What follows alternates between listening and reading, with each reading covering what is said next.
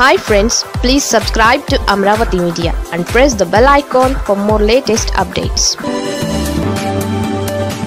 పవన్ కు పాలనానుభవం వ్యాఖ్యలు జన సైనికుల్లో సందేహాలు ఎన్నో.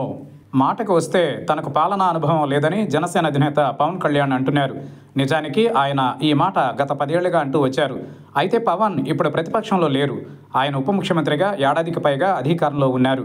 పాలనా పరంగా ఎంతో కొంత అనుభవం సంపాదించే ఉన్నారు. అయినా సరే ఆశ్చర్యకరంగా ఆయన ప్రకాశం జిల్లా సభలో మాట్లాడుతూ తనకు పాలనా అనుభవం లేదని చెప్పి తన అభిమానులను, అనుచరులను, పార్టీ వారిని నిరాశపరిచారు అన్న చర్చ సాగుతోంది. మరోవైపు ఒక బలమైన సామాజిక వర్గం దశాబ్దాలుగా సీఎం పదవిని చేపట్టాలని చూస్తోంది. వారికి పవన్ ఒక ఆశాకిరణంగా కనిపిస్తున్నారు. అయితే పవన్ మాత్రం తనకు అలాంటి ఆశలు లేవని పరోక్షంగా చెప్పదలిచారా అన్నదే చర్చగా ఉంది. ఇదిలా ఉంటే పవన్ సినీ సీమ నుంచే వచ్చిన ఏకాఏకిన సీఎంలై జనరంజకంగా పాలించిన వారి లిస్టు కూడా చాలా పెద్దదే. తమిళనాడులో ఎంజీఆర్ అన్నా డీఎంకే స్థాపించి 1977లో ముఖ్యమంత్రిగా తొలిసారి అయ్యారు. ఆయన సీఎం సీట్ని అధిరోహించే వరకు మంత్రి కూడా కాదు. అంతేకాదు చట్టసభలలో ఏ విధంగానూ కూడా పనిచేయలేదు. అయినా తమిళనాడులో ఎంజీఆర్ పాలన అంటే స్వర్ణయుగమని ఇప్పటికీ చెప్పుకుంటారు.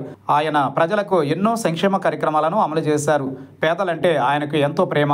అందుకే వారి కోసం ఆయన తీసుకున్న నిర్ణయాలు చరిత్రలో నిలిచిపోయాయి. ఇక ఎన్టీఆర్ విషయమే తీసుకుంటే ఆయనకు కూడా ఎలాంటి పాలనానుభవం లేదు. ఆయన నటిస్తూనే నేరుగా రాజకీయాల్లోకి వచ్చారు. అలా పార్టీ పెట్టి 9 నెలల్లోనే సీఎం అయిపోయారు. ఇక ఏపీలో సంక్షేమం అంటే అన్నగారే గుర్తుకొస్తారు. ఆయన ఏ నిర్ణయం తీసుకున్నా సామాన్యుడి కోణంలో నుంచే ఆలోచించేవారు. అందుకే ఆయన గతించి 3 దశాబ్దాలవుతున్నా ఈ రోజుకి ప్రజల గుండెలలో శాశ్వతంగా కొలువు తీరారు. ఇక తమిళనాట జయలలితను తీసుకుంటే ఆమె 4 సార్లు సీఎం అయ్యారు. తమిళ ప్రజలకు అమ్మగా ఆమె చిరకీర్తిని ఆర్జించారు. ఆమె కూడా మంత్రి పదవి సైతం నిర్వహించలేదు. కానీ 1991లో తొలిసారి సీఎం అయ్యారు.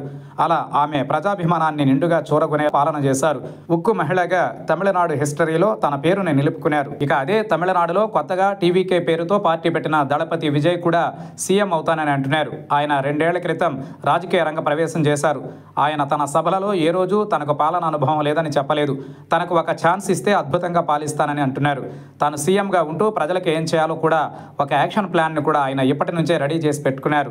మరి ఇవన్నీ చూసినప్పుడు పవన్ కళ్యాణ్ నాకు పాలనా అనుభవం లేదు అంటూ చేస్తున్న వ్యాఖ్యల వెనుక అర్థాలు ఏంటి అని అంతా చర్చిస్తున్నారు. ఉత్తమ పరిపాలకుడికి ఉండాల్సింది మంచి మనస్సు, మేలు చేయాలన్న నిబద్ధత. అవి ఉంటే చాలు పరిపాలన బ్రహ్మాండంగా చేస్తారన్నది అనేక సార్లు నిరూపణ అయ్యింది. ఇక రాజ్యాంగంలో కూడా పాలనానుభవం ఉంటేనే తప్ప పదవులు చేపట్టరాదు అని రూల్స్ ఎవరూ పెట్టలేదు.